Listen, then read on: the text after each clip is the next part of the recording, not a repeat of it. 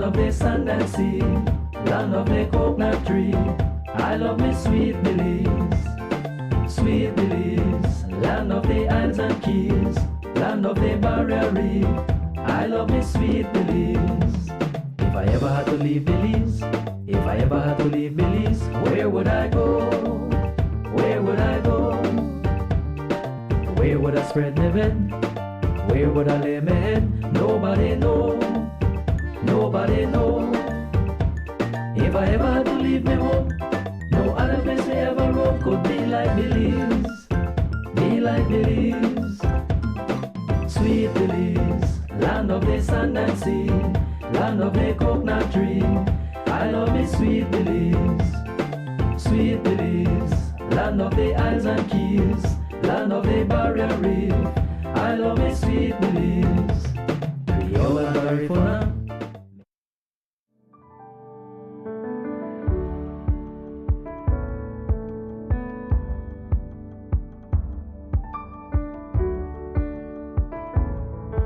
Good morning, pleasant good morning. Here we are once again to do our daily devotion. Let's go to 2 Kings 6 from verse 8. It says that now the king of Syria was making war against Israel. And he consulted with his servants, saying, my camp will be in such and such a place. The first mistake he made, you see, Jesus Christ said, count the cost. How are you going to make war against a nation that God defends? How?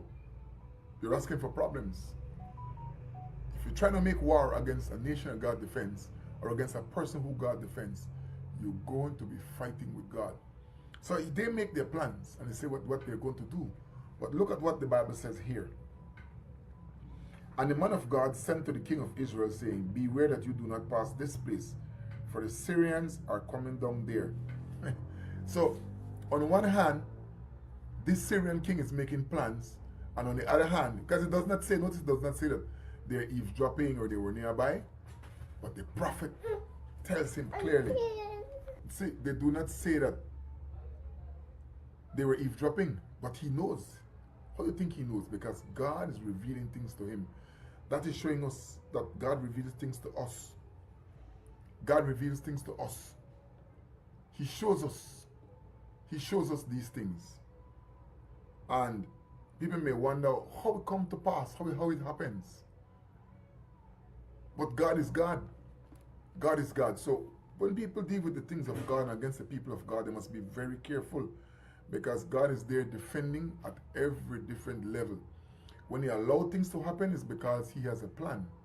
And that plan is not for the wicked one to win, but for the good one to win. And we must know that we have to be this person whom God defends.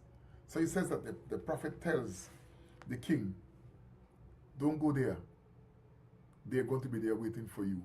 Oh Lord, that's wonderful. Verse 11, therefore the heart of the king of Syria was greatly troubled by this thing. And he called his servants and said to them, will you not show me which of us is for the king of Israel? He realized he's troubled, but he's not looking in the right direction. His heart is bent on war against the people of God. And so when God comes and defends, he does not see. He's blinded. He's spiritually blind. And so he does not see what God is doing in the background. And God defends us. Like he's defending Israel here.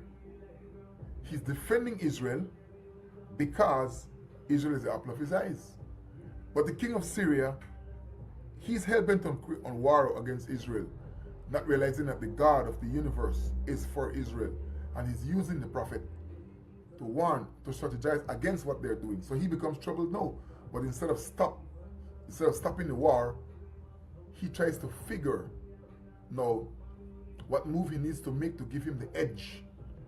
Verse 12 says, and one of the servants said, none, my lord, O king, but Elisha the prophet who is in Israel tells the king of Israel the words that you speak in your bedroom.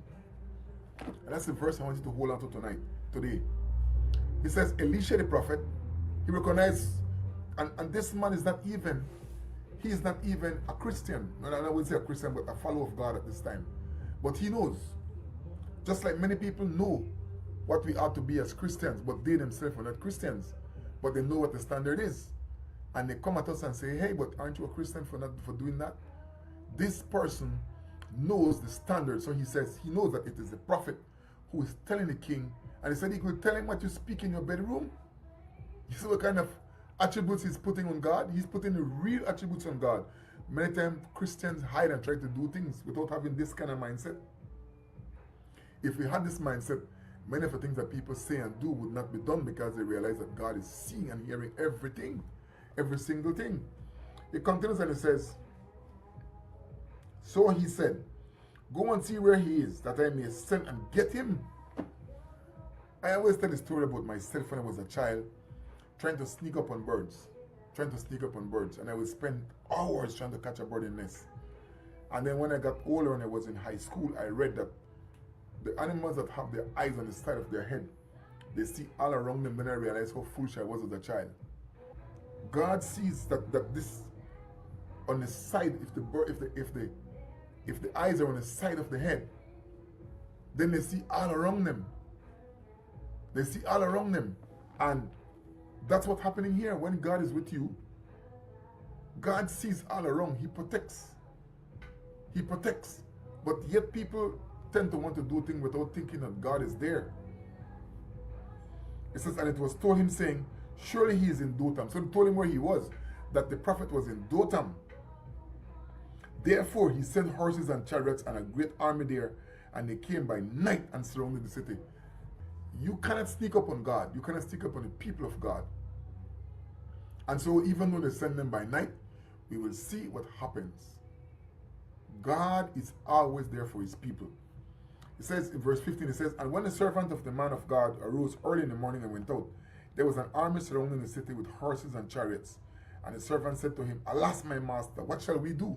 So he was frightened, because he was frightened of men. So when he got up in the morning, the servant, when he stepped outside, he saw that they were surrounded by this army. Man cannot do things that is going to overpower God. So we are not supposed to worry about those who are here against us, because those who are here against us have a contingent of spiritual warriors waiting to be given the order to go after them from God. God protects his people.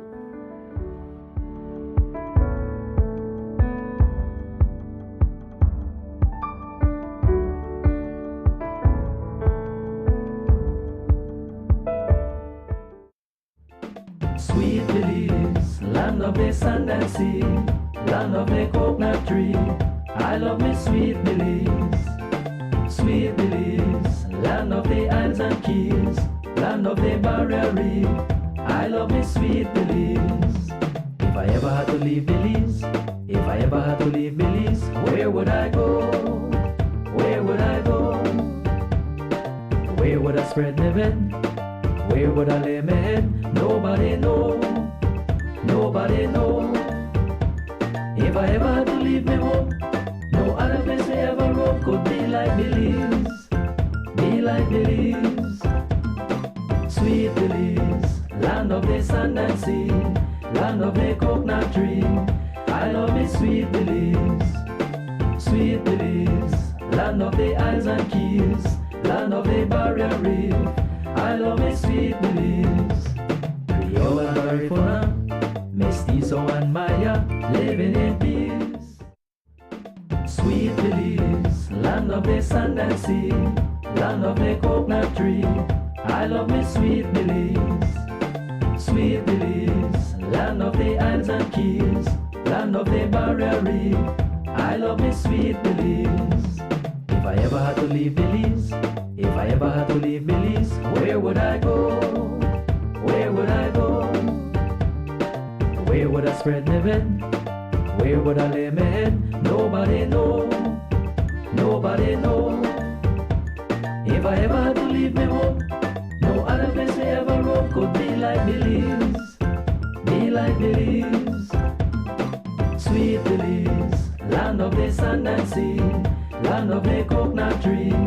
I love me sweet Belize.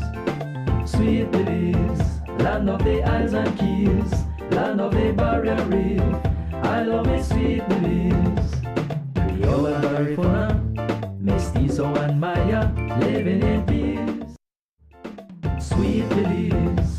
of the sand and sea, land of the coconut tree. I love me sweet Belize, sweet Belize, land of the islands and keys, land of the barrier reef. I love me sweet Belize. If I ever had to leave Belize, if I ever had to leave Belize, where would I go? Where would I go? Where would I spread my bed? Where would I lay my head? Nobody know, nobody know. If I ever had to leave me home, no other place I ever roam could be like Belize, be like Belize. Sweet Belize, land of the sand and sea, land of the coconut tree. I love me sweet Belize, sweet Belize, land of the islands and keys, land of the barrier reef. I love me sweet Belize. Creole and Garifuna, Mestizo and Maya, living in peace. Sweet Belize, land of the sand and sea, land of the coconut tree. I love me sweet Belize, sweet Belize, land of the islands and keys, land of the barrier reef. I love me sweet Belize. If I ever had to leave Belize, if I ever had to leave Belize, where would I go? Where would I go? Where would I spread my bed? Where would I lay my head? Nobody know, nobody know. Morning, if I ever had to leave me home. This Wednesday morning edition of Rise and Shine. It's the 14th of January and middle of the month almost gone, and I have to say Happy New Year to all our listeners and viewers across this nation. I mean, my first shot I get to be here. When the year start with a bang, and so, you know, we're rushing here and there and everywhere like usual, but life goes on. And so we're here this morning in trying to catch up, because notice that catch up time, because there's so much been taking place, you know, over the Christmas holiday. We had this break where everything's happening and people are going here and there and all kinds of stuff. But it's back to the business, it's back to the grind, it's finding out how things are going across this nation. Globally, there's all kinds of things happening. Of course, 14th of January, tomorrow, the 15th, is the father of the nation, from Prime Minister George Cadle Price's birthday. And so we know the nation will be celebrating, and rightfully so.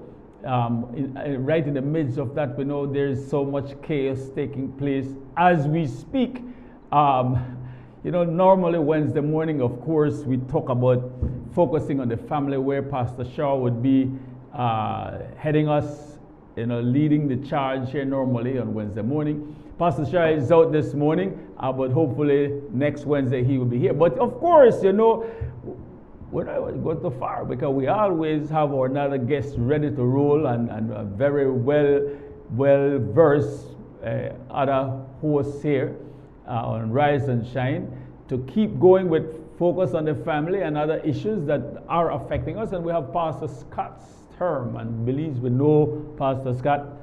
It's a blessing, Santi, man. We're right there together. Always good to be together with you. Always a pleasure. The only thing I'm sad about is we don't have breakfast on the table. Yeah, right. So, yeah, right. We need fried jacks, and we need to do some more of that kind of stuff. Have to. Yeah. Yes. We should. Yes. We're not doing near as much because we've been pretty much what we've been doing is focus on the family, if you think about it. That's right. Because way back in the day, Scott, we were building a family. That's right.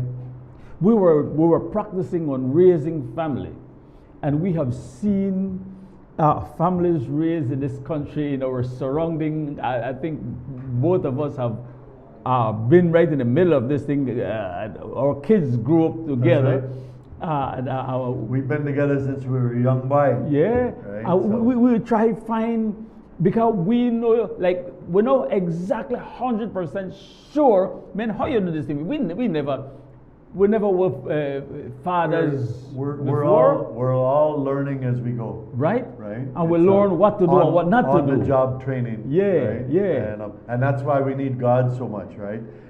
Santi, the Bible says that the king's heart is like a river, in the hands of the Lord, and He turns it whichever Yeah. direction He wants it to go. Yeah. And I found that was one of the most important scriptures, still is today, with raising kids when they were small. You know, you don't want to do something that's going to damage them and hurt them. You know, and something you have to try and think through, because you don't want to do something you're going to regret later on down the road. Yeah. And I just said, God, I need you. I need you to make my heart firm when it needs to be firm, and make it soft when it needs to be soft. And God has been faithful. Yeah. And It so, taught but us. did you know my son was at your son's house the other day? Yes. Yeah. Yes. So Oh yeah. your son Yeah. didn't give you a big hug? They were hanging out. Yes, you know, yes, but yes. see, the thing is because we learn, Scott. You know, watch out. I have always we lean upon one another. That's right. And then we lean to we did with homework. I believe we did with homework, right? In raising family, because what I saw growing up was I knew that this is not the way to do this thing. That's right. The way we do it in our culture, and I could talk about for we culture that believes, and of course you will live here your whole life. So the only thing we can never ban, yeah. But you know, who could deny why? I can't refer to you hardly ever once in a while. I say, why? Yeah, you're right in the American, but ban as far as your heart and your growth. This is the home for we. This is my life. This is we. Yeah. This is us. Before we get married, before we start to have picnic, and we had to, Lord, like I remember one time, my oldest son, right? He come visit, and so we have one little thing there, and I look at one of my youngest, Mario, and I said to him, hey, Nen, do so and so for me, you know? And he just sit down, all always sit down, the family, we have a little family time, right? And Dad, you there for your own with that. I remember my son jump up one and I said, why mom, do you crazy? You can't talk with that like that. And I sit down just as chill as ever and just smile, right? And he looked at me, Dad, you make, Dad, where you go on? You to get soft? You to get soft. Dad, where you go on? And you know, and Mario right there, the smile, right? But guess what? I don't know Mario want to get up and go and do what I tell her, you know. That's right. But he just there, you know. I said, Kev, I said, take it easy, son. You are the first one. I never knew nothing about parenting, man. Yeah. When you grow up, they practice by you, so they practice by the first one. And so by the time, especially if you have 6, I think, by the time you get to the last one, that's right. You get a whole lot better handle on parenting. They say the firstborn is normally the policeman, and the rule keeper, because you know it was probably a little bit tougher on that first one. That's you know, right. we're so idealistic, you know, and crack down on everything, but you have to make sure you don't get soft, and make sure that it's the same way for the last one as it was with the first one. You know, to follow them through. Right. There are certain principles that not change. There are other things where, because the truth is, you start to practice. You and I think every parent, you want to be the best. At least for your first child. Yeah, that's right. You want to be the best. You want to get it right. Sometimes we want. No, I say something like this in a we culture, where I say some people they want to raise one child, where boy, while he 2-year-old, and they use some words, you know, some of the cuss word, leave it 2-year-old picnic, and the parent they laugh. And then they ask again, the way I say, make them repeat it again. Yeah. I go, what the heck wrong with we? What 2-year-old child, I use one cuss word, of course, where he get that from? Where he had the same parent. That's right. That's right. So, you know, one way it's hard for you to tell your child, you're not to say that. When you say it every day a bad example. in your house, and you they cuss out your wife, or they cuss out one another, then you hear the child, they use the same language, and then you say, why quite the way you say, our backs you up. And literally, they slap the kid and everything, and you know, use that kind of word. You don't want picnic. Well, I don't want picnic, but you use the word there. That's right. So when you talk about, when he say it, right? Or so let's smoke weed. I had a teacher one time that said, do as I say, not as I do. Right. And I grew up later on and realized this person was a hypocrite. Yes. Right? Yes. Like we're called to lead by example, right? That's right. So I just want to encourage us as parents, especially if you've got younger kids, as parents, we have to mind our P's and Q's, and you need to pay attention. But also, the best way to do that is look in the mirror and ask yourself, Yes, what sir. kind of person do I want to Yes, be, sir. and what kind of people do I want for my children to grow up to Yeah. be? Because they are going to follow whatever they see. Exactly. There's another principle, Santi, where they say what's tolerated in one generation will be practiced in the next. That's right. That's And right. And be celebrated in the again, other. that one slap you right across your face. And Yes, so sir. wake up and don't be a hypocrite, right? Yeah, And because yeah. your kids will actually lose respect Yes. for you, Yeah. right? And then one of the next things, Scott, where parents, they want to be friends. You want to be friends. And I hear parents, several. Oh, me and my child, me and my son, or me and my daughter, that a good friend. No, I believe there is a level when your child becomes an adult that sure you could be pretty good friend, good tight with your child. Because by then you may be a grandparents. Yet I don't believe that we should lose that edge of being a parent before you be a friend. You're not a friend with your child. I'm a parent. So when you become a parent to the place where you start missing direction, where you want to tolerate your friend, your child, if you do things and you know it wrong and not keep up and check, I think that is very, very bad parenting right there. Yeah. We got to stay on track and always remember, until they're 18, whether I'm a parent where this is not diplomacy, this is more dictatorship. You know I like me too much, but I have to make this call because it's the right call. Because they think, by the time they're 17, they think they know everything. Yeah. And my parents are old school, so I told somebody the other day, Scott, yeah, I'm not old school. I says, well, yeah, I accept that. Define what your thoughts are when you say we are old school. It means that we backwards, we don't know nothing, or what? We got to come up to speed and tell me where they think about when you say old school. Because sometimes you think, oh, my parents are old school, you know. You want to look for an old person live this long and call we old school, meaning like, we no ignorant. Are you kidding?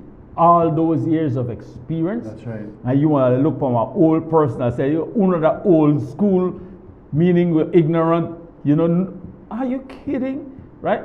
So but that seems to be a common trend today. Yeah. You know, my wife and I, we don't watch hardly any live TV. Yeah. Right. Yeah. But like TV shows. But then I remember the years when I was a kid growing up in what they call sitcoms on American TV and stuff. But then you notice over the years, more and more shows, they're portraying the kids as the smart ones and the parents as the idiots. Yeah. Right? And like the parents don't really know what's going on and the kids are the smart ones. It makes for a nice, funny sitcom or whatever, but that mindset is getting out there more and more, and we're at a place today, I think, where kids feel like they know everything, and the parents don't know anything, and I just want to raise my little red flag and just say, 15-year-olds. Yeah, watch. Yeah. I'm not going to sit around and just wait for those kind of dynamics to go through for the next 20 years and see the breakdown that's going to come, right? Like you remember this, China had a one-child only policy, right? Yeah. And then after however many years, they realized, oh my goodness, we have a whole nation of only child, and people can't get along with each other, and they had to change that policy. Like, let's not be idiots in our homes and our families, and so make sure you keep that authority, dynamic in place.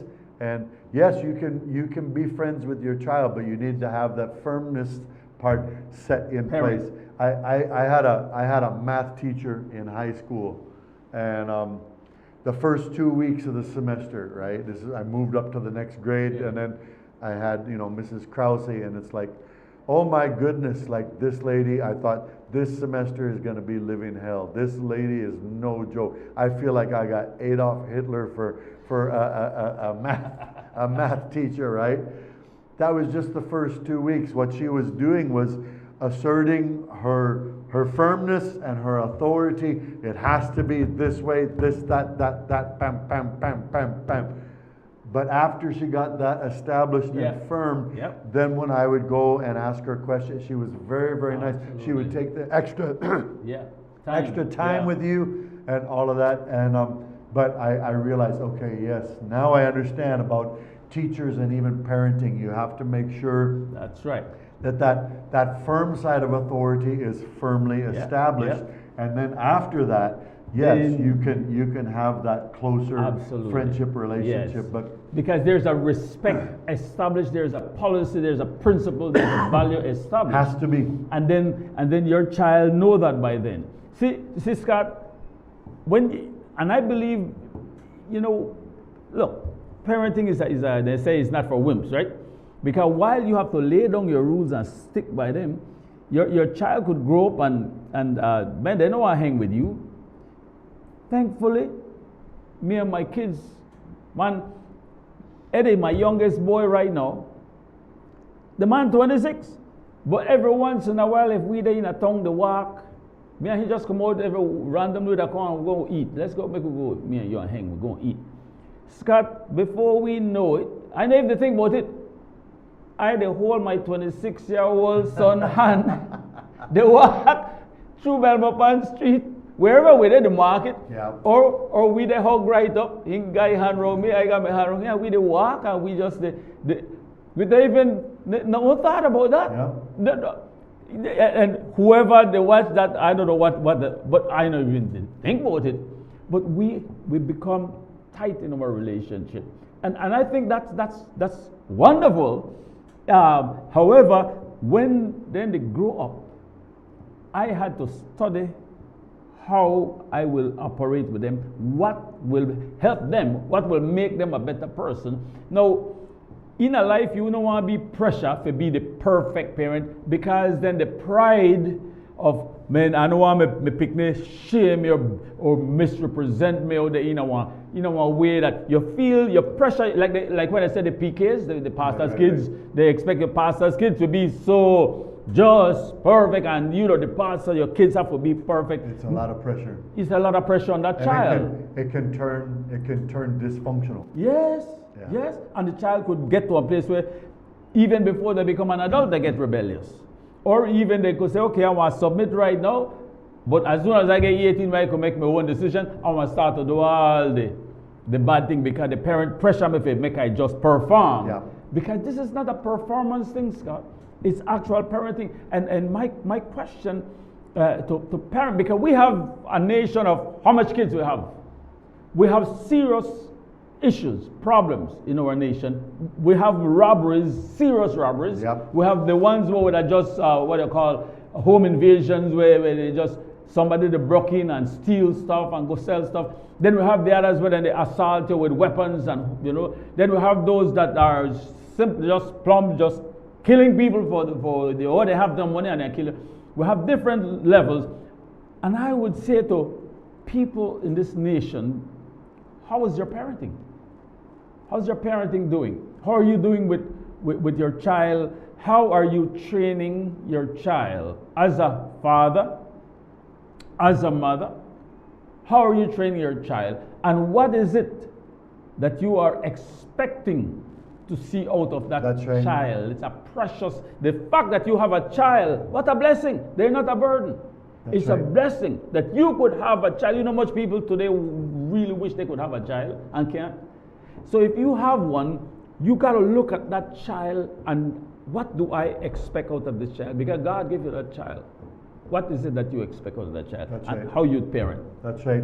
And there's times, again, we're talking about the family today, and I know that families in Belize are challenged these days, right? And but I can tell you what my wife and I did. I think you guys had to do the same exact thing. Yeah. But I would have to call a session of what I call parental parliament, which is me as Prime Minister. Yeah. And my wife is Deputy Prime Minister. Correct, right? correct. She's Minister of Home Affairs. Yay, I'm Minister of Finance, that's Defense, right. Minister of Police, right? And so, and she's social development and human resources, right. And so That's we, right. we had to call a Cabinet. session of parental parliament to discuss some issues, and one of the things that we read a book, it was by Dr. Dobson. Yeah. And in the introduction to this book, he said, you know, we want our children to be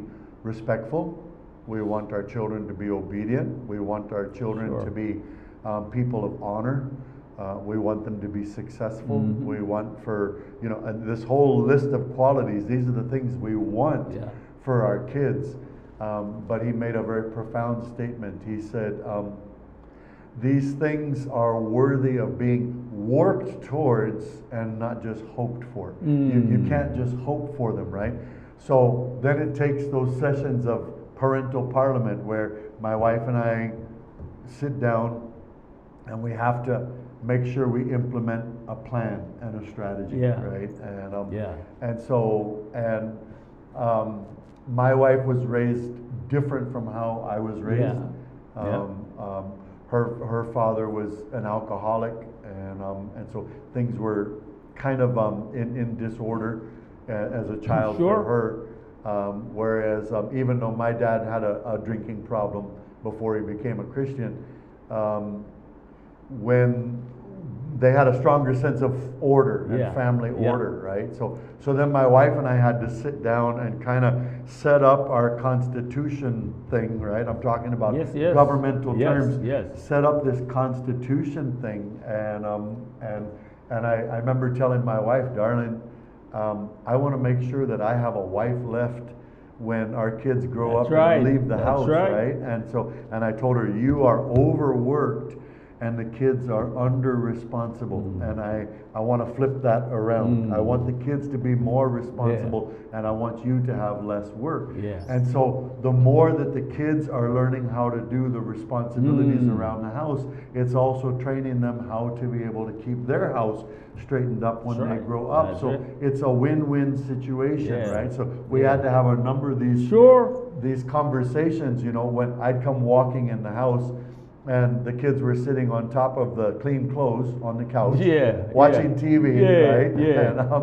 And so, and my poor wife, she's in the kitchen cooking, and I'd walk up to her and say, darling, the kids are sitting on top of the clean clothes on the couch, right? And she's like, oh no. And so she goes over there and starts folding the clothes. I'm like, Cheryl, no, that's not what I was saying, right?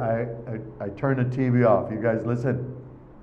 If you guys can't fold the clothes while you watch TV, then the TV stays off until the clothes are all folded, right? And so, but I, you know, in all love, my wife, on a scale of 1 to 10, Santi, my wife is like a 15, right? So, but in some of these areas, she was blank. She didn't know. She didn't know how to set those things in order because that wasn't the way that she was raised, and so then I had to work with her as we're working with our kids, right? And teamwork, Scott. Yes. And my wife was not a grown child or anything like that at all. Very, very responsible. But she had some areas where she was just blank and didn't know how to set those areas in order. And so I'm thinking about one time my wife called the kids. The kids were all in the kids' bedroom, and they're all playing with their toys, and my wife calls from the kitchen, kids, I want you to go wash your hands and come to the table for lunch because lunch is ready. And everybody said, okay, and nobody moved, right? And so, and I let it go for 2 or 3 minutes, nobody moved. Then I went and stood in the door with my hands on my hips, and I went, and everybody turned and looked at Dad with the fear of the Lord, right? And I said, your mother told you guys to go wash your hands and come to the table, and you guys didn't move. They immediately jumped up and they're headed past me, right? I said, wait, no. We need to practice this. That's right. You go back over there by the books. You go back over there by the stuffed animals. You go back over there by those other toys. We're going to try this again. We're going to practice, right? And so I'm sure they must have thought I was crazy, right? And so I stood there, said, okay, Cheryl, I gave her the cue. She said, kids, go wash your hands and come to the table because lunch is ready. And they all said, okay. And they got up and went out. I said, all right, good. Come back. We're going to practice it one more time, right? I'm sure they're thinking, Dad, you know. And so anyways, but all that just to say, we had to rehearse and practice these things. Well, now it's such a blessing. Yes. So that's what we're talking about. If these are the qualities that we want to see in our children, these things should be worked towards and not just hoped for, right? So you can hope for that till you're blue in the face. Exactly. We just finished the GLS this last week, Powerful stuff, very, very powerful. But one of the principles that they taught is hope is not a strategy. Consistency is a strategy, but hope is not a strategy. If you want these kind of qualities in your kid's life, you need to work towards that and not just hope for it. Hope is not a strategy. It's not a wishful thinking. Yes, and then my wife and I learned, whoa, we got to get on top of our game. The responsibility is on us to be consistent. That's right. If you draw a line on this issue one time, then you need to keep that line there every time. Yes. The responsibility is on us. And then many times, I'm not throwing stones at anybody because we're all working on this, right? We're all in process. But sometimes it's our own inconsistency as parents that becomes it's part of the problem, right? And so these are all the kind of things that we need to work on. But our goal is we want our kids to be able to stand up on their own 2 feet.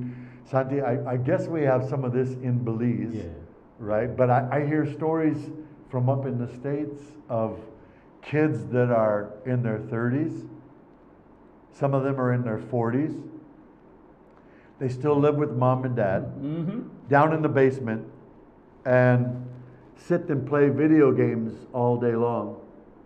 Can't hold down a job, don't have the ability, and like I said, I'm not throwing stones at anybody, but I guess what I want to say, particularly for those of us with the younger children, you have to take steps early to disallow that from happening. That's right. Right? And so responsibilities come before privileges. In this day and age, whether it's phones or tablets or whatever, any parent that has any sense in their head has a timer set or a timer in their house or in the kitchen or something, and there's a timer that's allowed on screen time. And if you're not doing that, you are going to have some problems down the road. A tablet is not a babysitter. That's right. And listen to this. Bill Gates never let his children have cell phones. That's crazy, He's a guy, one of the guys that invented the cell phone. This thing, right? Steve Jobs did not allow his kids to have cell phones because they saw the science, the data, the research, the screen, how the light affects your brain and this and that, and how it affects ADHD and all these different kind of things.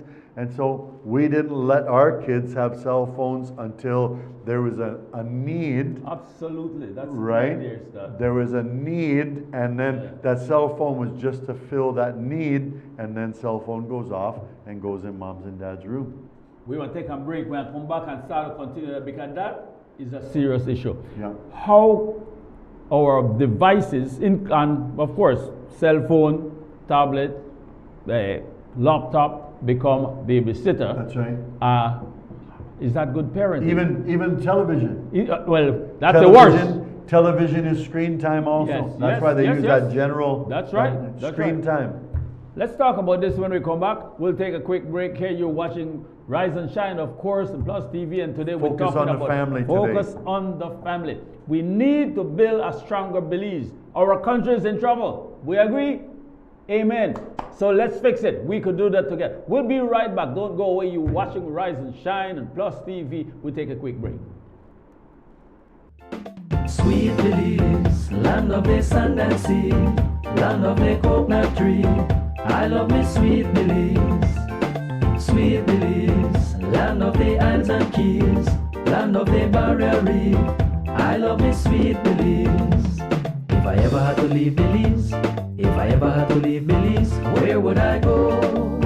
Where would I go? Where would I spring?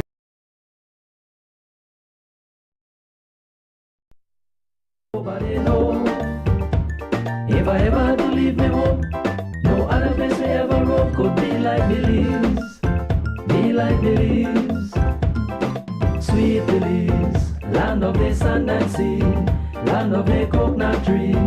I love me Sweet Belize. Sweet Belize, land of the islands and keys, land of the barrier reef. I love me Sweet Belize. Creole and Garifuna, Mestizo and Maya, living in peace. From power tools to plumbing supplies, paints to light fixtures, at Benny's Cayo, we've got it all. Our extensive range of construction and household products ensures that you'll find exactly what you need, whether you're a seasoned contractor or a weekend do-it-yourselfer. Visit us at Mile 43 George Price Highway, Cotton Tree Village, just outside Belmopan, and discover the convenience, quality, and affordability that set us apart. Your next project starts here. Benny's, quality and savings. Pletz Home Builders is the largest house building company in Belize. Pletz combines the best skilled workers, high-grade materials, and the latest technology to produce the highest quality wooden residential structures. Request any size, color, and the home layout you want. Choose from hardwood or painted metal outer walls. Pletz can modify any of their existing house plans to your satisfaction, complete with all the installation services you need anywhere in the country, including ambergris Cree. They can also lift your house to your desired height up to 9 feet. From properly treated and cured lumber to quality sidings and floorings, let Pletz Home Builders give your home the finish you need. For prices or questions, call 823-0398 or go to www.pletzhomebuilders.com. Pletz Home Builders, we build to suit your needs. Hola mamá, ¿cómo estás? Te acabo de enviar dinero por Western Union usando DigiWallet. ¿De verdad? ¿Usted puede creer que mi tía en México me pagó por la misma aplicación usando DigiWallet? ¡Qué bien! Sí, mamá, y es facilísimo. Lo puedo hacer desde donde sea, sin filas y sin estrés. Todo fácil. Bueno, mamá, te dejo. Cuídate mucho. Dios te bendiga, hija. Pay early and save more on your 2026 property taxes. From January 1st to March 31st, 2026, your Belize City Council is offering incredible property tax discounts that you won't want to miss. Prepay your annual property tax by January 31st, 2026 and enjoy 15% off. Pay by February 28th and you'll save 10%.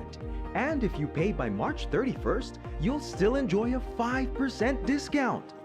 But wait, there's more! Senior citizens can enjoy a fantastic 35% discount upon full payment of property taxes for the property they reside on, all year round. Please note these discounts are available only to property owners who are up to date with their accounts. As you take advantage of this discount, we kindly remind all property owners of your responsibility to visit City Hall or utilize our online platform to complete your payments and to ensure your contact information is accurately updated in our system. For more details on these incentives, visit our Belize City Council Facebook page or give us a call at 227-3073, extension 261 or 264, or email our revenue department at revenue.admin@belizecitycouncil.org. Remember, your property tax supports cleaner streets, infrastructure development, and a city that keeps moving forward. Your Belize City Council, always about the people. Every project starts with the right tools. At Builders Hardware, we got everything to get the job moving. Tools, paint, plumbing, electrical, garden, it's all here from construction start to finish.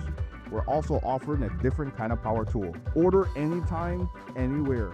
Pick up in store or get it delivered to your home. Go to shopbuildersbz.com today and save money with our exclusive online deals. Builders Hardware, making it easier.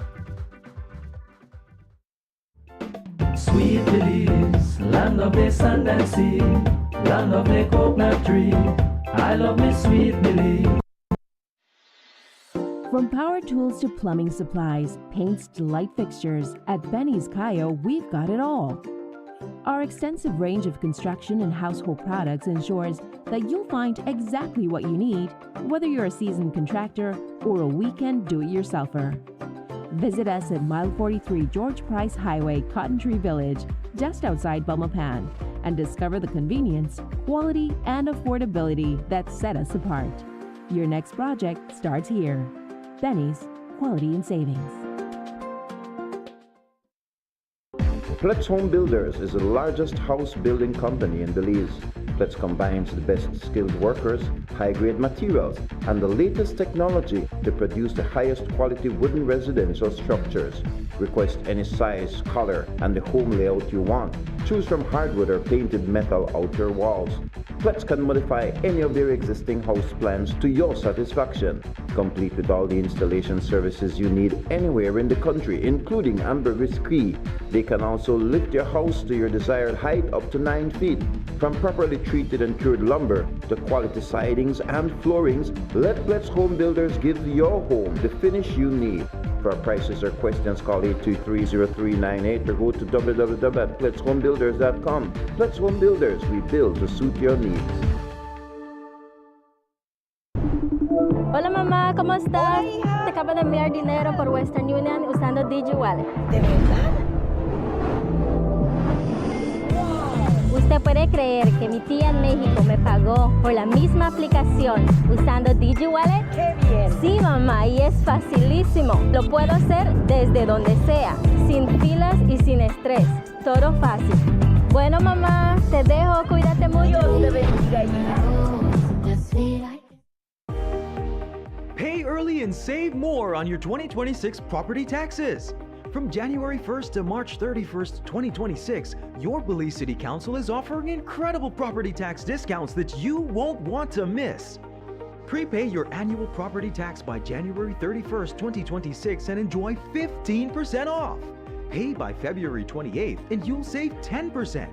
And if you pay by March 31st, you'll still enjoy a 5% discount. But wait, there's more! Senior citizens can enjoy a fantastic 35% discount upon full payment of property taxes for the property they reside on, all year round. Please note these discounts are available only to property owners who are up to date with their accounts.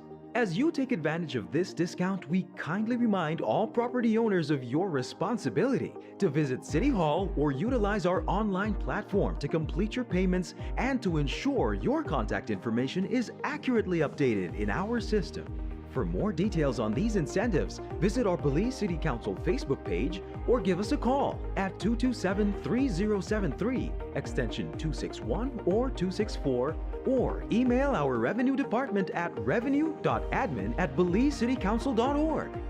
Remember, your property tax supports cleaner streets, infrastructure development, and a city that keeps moving forward. Your Belize City Council, always about the people. Every project starts with the right tools. At Builders Hardware, we got everything to get the job moving. Tools, paint, plumbing, electrical, garden, it's all here from construction start to finish. We're also offering a different kind of power tool. Order anytime, anywhere. Pick up in store or get it delivered to your home. Go to shopbuildersbz.com today and save money with our exclusive online deals. Builders Hardware, making it easier. Sweet Belize, land of the sand and sea, land of the coconut tree. I love me Sweet Belize. Sweet Belize, land of the islands and keys, land of the barrier reef. I love me Sweet Belize. If I ever had to leave Belize, if I ever had to leave Belize, where would I go? Where would I go? Where would I spread my bed? Where would I lay my head? Nobody know. Nobody know. If I ever had to leave me home, no other place me ever roam could be like Belize. Be like Belize. Sweet Belize. Land of the sand and sea. Land of the coconut tree. I love me sweet Belize. Sweet Belize. Land of the isles and keys. Land of the barrier reef. I love me sweet Belize. Rio and Garifuna, Mestizo and Maya, living in peace. Sweet Belize, land of the sand and sea, land of the coconut tree. I love me sweet Belize. Sweet Belize, land of the isles and keys, land of the barrier reef. I love me sweet Belize. We have been talking about issues affecting the family, and of course it's Wednesday morning, so we talk about focus on the family. And when we talk about families, it goes way across. You know, it's pretty broad base. And here with me this morning in discussing the focus on the families is one of my best buddies in the world right here, man, Pastor Scott Sturm, that we go way back, and we have been running this race together and keeping each other's check and raising our families together. And Scott, and we wouldn't be here today if it wasn't for each other. Right? That is my thing right there. I don't know where I would have been and how I would have been doing it. Same for me. Without you. Same for me. Over the years of life that we have been doing life together and working together in ministry.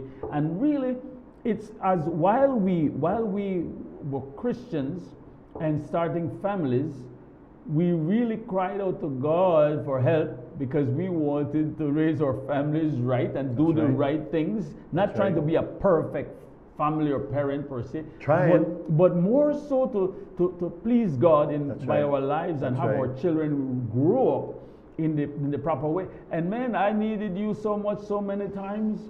I mean, for my kids, I remember when my son Philip, boy, and I wasn't getting through with this kid because this is a good thing. He have a bull head. He's a strong head, and I mean, I said, man. But guess what? He had you to go. That's right. And just get those inputs, and then he come home with revelation. I could tell him, listen, I don't know your pa. Yeah, right. But I know your pa Brita. Correct. That makes me your uncle. Correct. Right? And as your uncle, listen to me. That's right. And be able to speak. But we need that. And same with my kids. My kids and you, right? Today, me and Nate, why? I mean, Nate will find me wherever. And it's amazing that suddenly, because I've been telling him stuff, and boy, they get through, they get through. Next thing you know, he come back from visit with you, and he got this big revelation, and I go, oh wow, okay, and I've been telling them that till I'm blue in the face, but when somebody else, right? And so that was such a great way of raising our children. That's right. And I'm thankful to the Lord that our children are doing well today. I mean, my son doing well. I mean, boy, that guy calls me so much sometimes, especially if I am doing something very, I can't answer, I just don't answer. And so later on, I call him back, hey, what's up? And he talk with me, right? And we have the relationship that we have is amazing. Yep. And it took work, Scott. It does. And it took leaning on each other's, not feeling that I had too much of a big man. He said, boy, Scott, help, I need help. Yep. That's what happened with us sometimes, right? That we feel like we're so much of a big man. Which raises an important issue, Santi, that we need other people in our lives, right? Yes. And so, I mean, it would be nice if we have it all figured out and if we know exactly what to do or whatever. And I know some people that think that way. And you sit there and watch him, you can tell he think he got everything all figured out. With the truth of the matter is, you dip on your own, right? But we need people in our lives. Absolutely. And those people are different. And that difference, it's like what they talk about, I think it was Sprite, a different is good, right? The difference is good. Somebody else that sees things differently from you, but somebody that has your back. Somebody that is with you, right? And so we need those kind of friends. And so, Santi, people could say all kind of everything of what they think Scott needs to do, right? But but the ones that I really listen to are the ones that I know they have my back. That's right. And they're with me long That's term. right. And That's so right. anyways, I want to And- thank you for being part of that Yes, in sir. my life and Yes, us sir. to each other. Yes, sir. Pastor Wade as well That's included right. in, and a number of Yeah. other leaders Yes. that we have that kind of relationship with. But the point is, we need other people in our lives. Yes, sir. Yes, And sir. then you look at somebody else's family and wait a minute, they're doing some things that we're not doing. I think I see some good fruit from what they're doing. Uh-huh. I think we need to try to do Implement? something like that Yes. in our family, Yes. right? Yes. So, like I said, we can try all we can to be perfect, but I believe God has built the system Yeah. to where we will need others for Dependency the on rest each of our other. life. Yes. And I don't think it's a bad thing. In my opinion, I am happy that I have a friend. And again, you got to make yourself vulnerable. That's right. And don't, because the pride of the heart of man sometimes is what gets us, right? That I don't want you to realize how much I need help right now. Why will I reinvent the wheel? Why will I sink down when I could shout up my boy, why Scott, I need help, man, right? Or we have Lemos with we've been That's running right. together, right? That's right. I mean, we have Pastor Wade now, we tight, Cheryl strong. and I have been married for 35 years. None. 35, no more than that, right? 30, almost 36 years. This, I had to 36. stop and think there. 36. Maybe I'm having a little bit of a senior moment. I got a cup of 36. coffee with You me know, now. I think so you that have to be helped. 37 But or this closer January, to no, just Because this year your honeymoon we got year married. is- We got Yeah, married in 1990, that's right. And so this is January Yeah. 20th. Yeah. I just had about 30 thoughts go through my mind real quick. Wow. Hold on a second. Wait a minute. January 20th. Yes, and so it's going to be 36 years. But I've known you and I've known Eduardo Lemos Way back. from before Yes. we were married, Yes. right? And Yes. so we've been together for all of these years, from our early years in marriage, right? And Back in the raising our rodeo kids days, together. Back in the rodeo days. On that show, growing up, Yes. push the bulls. John yeah. Carr used to haul me into the rodeo. Man, that I had no idea what I was doing. Yeah. I learned the hard way about the backside of a horse, right? But stay away from the backside of the horse. Bam! Right to the leg. Whoa. And one of the cowboys standing up on the fence and said, "He never kick you down, just a warning," Yeah. right? And so, anyways, all of that just to say we go way back, and I want to say that we couldn't have done it without you guys. Your first wife, Elva, you know, that then passed away, and then now your current wife, Liliana. Isn't that cool? And Isn't that cool? yes. That our wives just We stay together. connect, right? Yeah. What's the grace of God? Because we're going through the same kind of Yeah, things, but yeah. my point in this, folks, is you need other people in your life, and it's not just for Yeah, raising our that's right. families and those things. Sure. It's for everything, Yeah. right? It's across the board. Yeah. We need other people in our life. Yes, yes. This will help you with your parenting when we're talking about Yes. working with our kids and stuff like that. But Santi, humble people Yeah. have better relationships, Yeah. right? Absolutely. And proud Absolutely. people don't. That's right. Because they don't listen. Yes, Right? And yes. I want to tell you guys a story. Santi was speaking into my life in a situation that I was going through.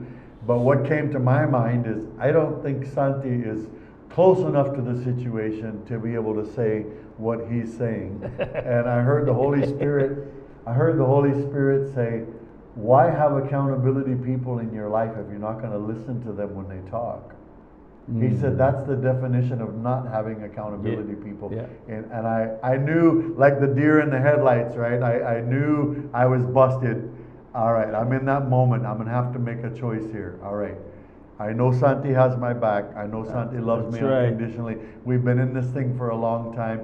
I still think he's not close enough to the situation to say what he just said. But I know he's got my back, and so I need to listen to him, right? And afterwards, Santi, I think it was about 2 or 3 months afterwards, I realized that I was in a dust storm. Yeah. I was just coming out of a dust storm, and I couldn't see clearly. And other people could see clearly, but I couldn't see clearly. and I believe that that moment saved me from making some wrong decisions in a very, very crucial time. But it was a decision that I made just on, I guess, what I would call positional authority of the position that you have in my life. And this is what I'm trying to say. When you have those kind of people that you know have your back, right? Your best interest at heart. Your best interest at heart. And when they speak, you need to listen. And even if you can't do everything, maybe not everything of what they're saying is 100% spot on, but you listen to me carefully. You better mash your brakes and press pause and listen to what they say, because if you don't, you'll find yourself without those kind of people to be able to help speak into your life. And we all need it. We all go through dust storms. We all go through hurricanes. We go through storms and situations where our head is swirling or my heart is swirling, right? And so, and man, Santi, I'm just coming through one, like I didn't realize how much these things affected me emotionally until while I'm coming out or trying to come out, right? But our 7-month-old grandson that had to have open heart surgery, right? And then my wife is up in Houston staying with our daughter and her family because she's minding the other grandkids while our daughter and her husband and the baby are at the hospital having open heart surgery. And it's like, this is the first time in 35 years that we haven't been together for Christmas. And it's like, my head was spinning. And to be honest with you, I'll say this to the whole of country of Belize, because I know my wife isn't watching, but at home and abroad. I couldn't tell my wife what I was feeling and going through, because if I did, I know she was going to worry more, and I needed her to not worry. I had to stay firm and say, darling, you're on a mission. You need to be there. You need to be there with the kids. You need to be there with our daughter and her family, and just to be able to help keep everything solid and together, right? Hang up the phone, type thing. And I can't talk about what I'm feeling and going through. I can talk with others, but I'm just telling you, I didn't realize what an emotional swirl it was for me. And so those are the times where we need people in our lives, right? And if you want those people in your life, you need to listen when they speak. When they're people that really, really, really have your back. And Pastor Wade has talked about some of these same things where I needed to speak some stuff to him, and it was kind of hard for him to hear. And you have to make yourself vulnerable. That's right. Because men, but they have to do with love, son. That's right. I care about you. I love you enough to speak the truth, knowing that, man, this could be a little bit painful, and man, you might not be too happy with me. Because we love each other. But that's it. Right? And we have the best interest in mind. Yes. But, so again, we're talking about family, and if you have friends that, feel the confidence to say, can I talk with you about something that I noticed? Sure. What did you know? Well, I just want to make a suggestion with some stuff with your kids, and so nobody wants anybody to come and tell us how to run for we life. But humble people will embrace that. They realize, wait a minute, this is somebody who is exercising the boldness of humility to make a suggestion, and like I said, sometimes where I was missing it, and you had to point some things out to me, and then vice versa. But we need those other people in our life to help us. It's called course correction. Santi, you're a driver. I'm a driver. I started driving when I was 15 years old. I got what they call a hardship license. My hardship was we lived about 20 miles away from the school that I was going to, and to save my parents from having to spend millions of dollars a month, and time and everything. So that was my hardship that allowed me to be able to drive at 15. I had to get my license and all of that, right? But I'm saying that just to say that those kind of challenges, but I began learning at that early age that when you're steering a vehicle, like You're continually course correcting, and even when you're not even thinking about it, you could be listening to music. If you're like me, I got 10 million things on my mind, but I'm steering, I'm course correcting. You know, I see something that's coming in front, I mash my brakes. It's all automatic. It's all autopilot, and our life is like that also. We need to continually course correct, and sometimes if somebody's driving with me, you know, like my wife, who will point out something, Scott, slow down. There's a car there, you know, there's a child or something like that. And so, anyways, I just want to encourage us that we need people in our lives to help point out some of those things. Trust those people. And I would be so bold as to say, I could not have raised our kids without you guys and your kids, and Lemus's and their kids, and all of the things that we're learning from each other, and we go through struggles and challenges and all of that. But we're still here, Scott. And we're still here. And I think, I feel I need you more now than back then. I love you more now than back then. Like I said to my wife. We in this thing long time. I said to my wife, no, look at this 63-year-old.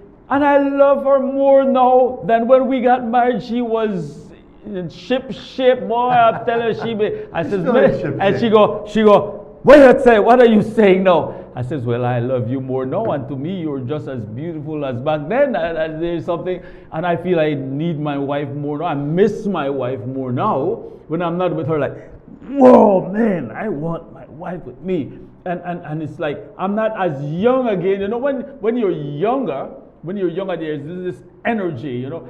But I just need my wife more. I love my wife. I lean heavier on her more now, and because we have journeyed together and we've learned some stuff. We were talking about devices. We had to learn this, that my children, they don't need a device. Philip got his own personal telephone when he was 17. He got his first phone, Scott. His first phone. I bought him his first telephone when he was 17 because at that time he needed it. Not, well, it's cool to give your child one iPhone, you give your child and then you think that's cool because your child have one iPhone. And no, are you helping your child to be a better person, or are you crippling that child? So I look at that and I go, no, I don't buy no phone for him. Whenever he want to make a call, hey, Dad, can I borrow your phone, please? Of course, my son could borrow my phone. My son was responsible enough. Sure, okay. Got your password and everything? Yeah, oh yes, man. Holia, yes. Right? When he got his first phone, and I taught him something interesting. Don't let this phone rule you, lead you. You manage this thing properly. That's right. At 17, and sure enough, look, before long, next, he lost the phone. Because he never really, everything.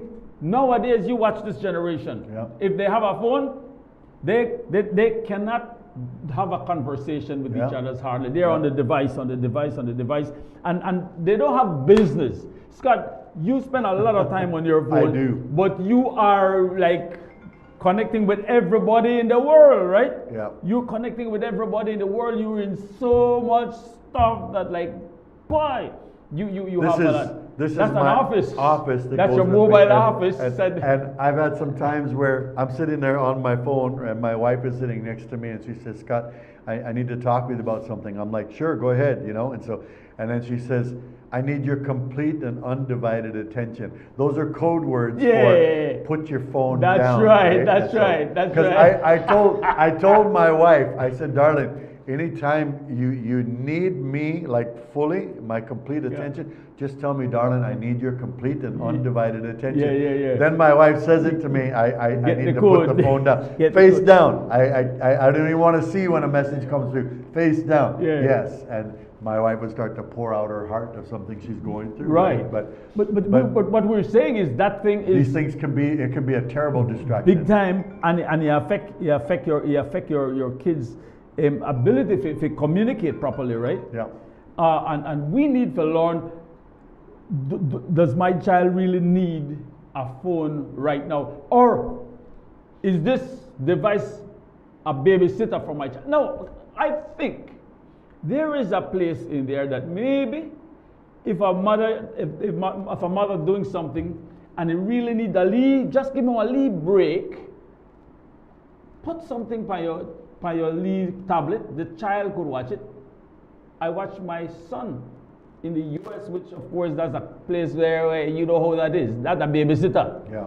No, not for my son, right? If you're around you, I'll be the babysitter, right? Yeah, right. And I don't mind at all. Right? I love it. He'll learn that thing is a distraction. It is destructive for a child. So they limit that child. And when he watch something, when they watch, it normally would be something very educational, or it'll be watch a monster truck. And then, okay, hey, you watch half an hour of that, okay, that's enough, JD, no more. And the child, Lord, you know, I say the child throw a fit because they take away the device and they scream and they go off and yeah. If anything, he will communicate. I won't finish watch this. Well, you can finish watch it later because we need to do so, or you need to, okay then. And that, no kind of lot of screaming. You try that with most kids today. Even the bigger ones, them, you take away the device. Nowadays, what they do is, oh, you want to punish them? Take away their phone. No. We need to love our kids enough to help them to understand how you use certain things and watch that we not use devices to be our babysitters. It's not fair for the kid. It's not fair for a parent. Why we run out of time so fast, man? So I want to, let's wind this down here. There's one word that describes what we're talking about here today, okay? And it's the word order. Yeah. Okay? And if you want things to be well in your marriage, there needs to be order. If you want things to be well with your children, there needs to be order. If you want things to be well in your life, there needs to be order. God is the God of order. Yeah. And I'm sure you could probably figure out the name of the God of disorder, right? And yet, Santi, you know, none of us are perfect. If we keep our eyes on the one who is perfect, which is God, and He's the God of order, then that starts to trickle down into our lives, and it helps us to be able to set our life in order. But I'm sharing this just to say, it's a quest, it's a journey that we're on to learn how to bring order into our lives, into our home, into our families. When you're talking about order, you're also talking about priorities. You have to learn how to set those priorities. And in relation to family time, you know, I've shared this many times, Santi. We just finished Christmas, you know, but from when we first started 35 years ago, you know, my wife and I had to decide, we had to talk about it. So what do we want Christmas to be like in our home and in our family? And we decided we don't want so much emphasis on materialistic stuff and buying all these toys and this and that and that. Let's celebrate the season of Christmas. Yes. And Cheryl would bake some, you know, simple little sugar cookies and do that together with the kids. That's right. And then we'd spread a blanket on the floor and light some candles and put on the Christmas music, and then, you know, have tea, which is basically milk and sugar, you know, warm, and tea with the cookies that the kids bake, and have multiple Christmas parties on the floor, you know, and that's what our kids grew up. Those were their memories of Christmas. Yeah. But it was because Cheryl and I sat down and talked about it and decided, how do we want to make Christmas to be? And so what we were doing, we were intentionally crafting what we were wanting to see in our family. Now, Santi, after 35 years of marriage, and we have family dinners together, at the drop of a hat, we can call, and our kids and grandkids come over, and we'll have a family dinner. And guess what happens? We sit around the table for 2 hours. After we're finished eating, we sit around the table for 2 hours talking, you know, all as adults and as family, and just like, and I remember we used to do this when they were younger. We would finish eating and we'd sit around the table for an hour. Now we're adults. My kids have kids, and we sit around the table and talk for 2 hours. You know, anybody wants some decaf coffee? You know, and Cheryl say, well, I got some dessert, and so pull that out, and then but just to be able to enjoy being together. That's right. Why? I think because we were able to deliberately craft that plan, right?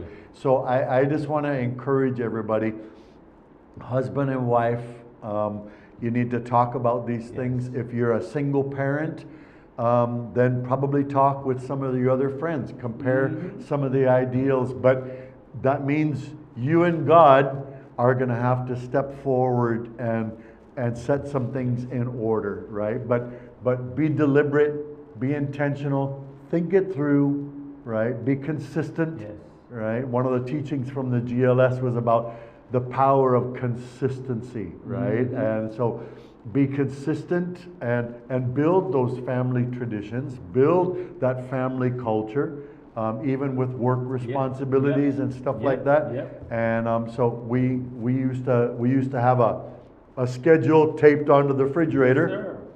Okay, and we had all our different responsibilities for the kids, and then we had their initials in each box. And all they had to do is just go look on the refrigerator, look at the schedule, and be able to see, okay, which day of the month it is. All right, I'm on the downstairs bathroom. All right, so they go in there and go clean the bath, and there was a list in there, what does it mean to clean the downstairs bathroom, and it had it listed off. And so I'm just saying that to say, folks, we need to think this through. You need to be deliberate. You wanna pass on that sense of order to our children and teach them that when something is out of order, teach them how to be able to bring that back into order. Imagine, Santi, if everybody in our whole nation was able to do that.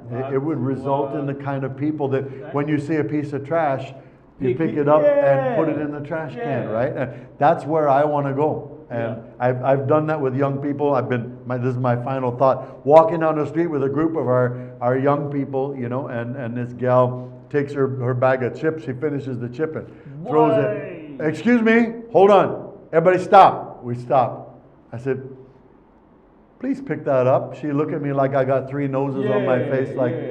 I said, wait. We got 400,000 people in our country. What would our country look like if everybody just threw their trash down like that? Please pick that up. And she was like, maras, you know. Right? No, that don't maras.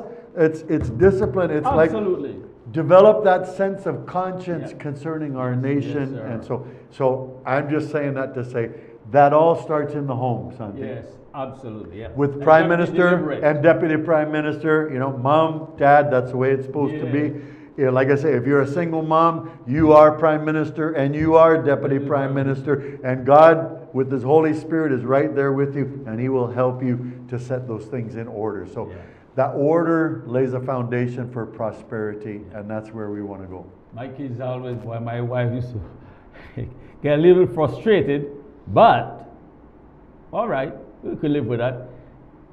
Put the laundry in the washing machine. Next thing you know, ideal bag, all kind of trash come out in the washing machine. Out of the washing machine, out of the pocket, because we taught our kids. If you don't have a garbage bin to dispose of that chips bag, ideal put bag, it in your pocket. Put it in your pocket. Till you get home or you get to a trash thing, you take it out there, put it in there. So that was, even though we would look at it, oh, look at that. We were happy that our kids are not throwing garbage like that. That's that sense of order. Yeah, and that is very important. And it takes work. It takes work and consistency. And we're very consistent. Yeah. And it goes on every level in building a nation and building a society. We have been saying this very same thing like one scratch record for a very long time now. It starts with a family. It starts with a husband and a wife. And it's a teamwork where the husband and the wife work together and be deliberate. And not to try to excite to make the picnic like you more than the other one. This is not a game. This is a family. This is raising a family. This is building a nation, a community, a society, a town, a city, a nation. That's how we will build a better Belize. The delinquencies that we are facing right now in this country, Not because you're poor, it means you have to be committing all of these crimes and everything. Not because it's because a lot of these crimes are not because people are hungry. It's simply because of lack of order. And disorder takes a ripple effects. It have a domino effect. It has a what? Because we don't got snow. I saw that says snowball effect, but that don't work yet. But it continues. That's right. We have to have proper order in order to have a good, strong nation. Lawlessness will never produce a stronger nation. And if you show your child that you're lawless and they could be lawless at a young age, they will grow up, continue to become better lawless people. Versus if you train them how to be orderly people, people of order, people of discipline, give them some chores, give them something to do, they will grow up like that, and we will have a better nation. And because it starts with a family, because strong family will produce a strong community, society, strong town and city, and strong nation. Let's all do it together. From the government leader, from the prime minister, we got to learn how to behave with the family, and not because you got money you could buy your way through becoming good. No, you have a lot of very, very, very, very corrupt people that have a lot of money. They don't lack for money. It doesn't mean because you drive fancy car, because you got big house, it means that you're a person of order, or it means that you're a person of integrity. No, some of the most corrupt people we know, and they have a lot of money. Well, yes, that means nothing. How are you doing with your family? How are you doing with as a citizen? From all of us here at Plus TV and Rise and Shine, we want to thank you for joining us this morning in focusing on building the nation. Pastor Scott, thank you so much, my Santi, friend. thank you. And we hope to continue this. Yes, man. Until for the rest of our lives. Long haul. That's right. God bless you. Have a blessed day. Have a wonderful day, Belize.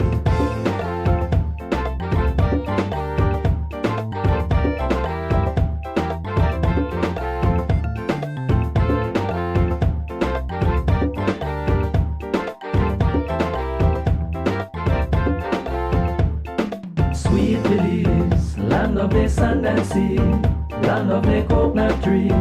I love me sweet Belize. Sweet Belize, land of the islands and keys, land of the barrier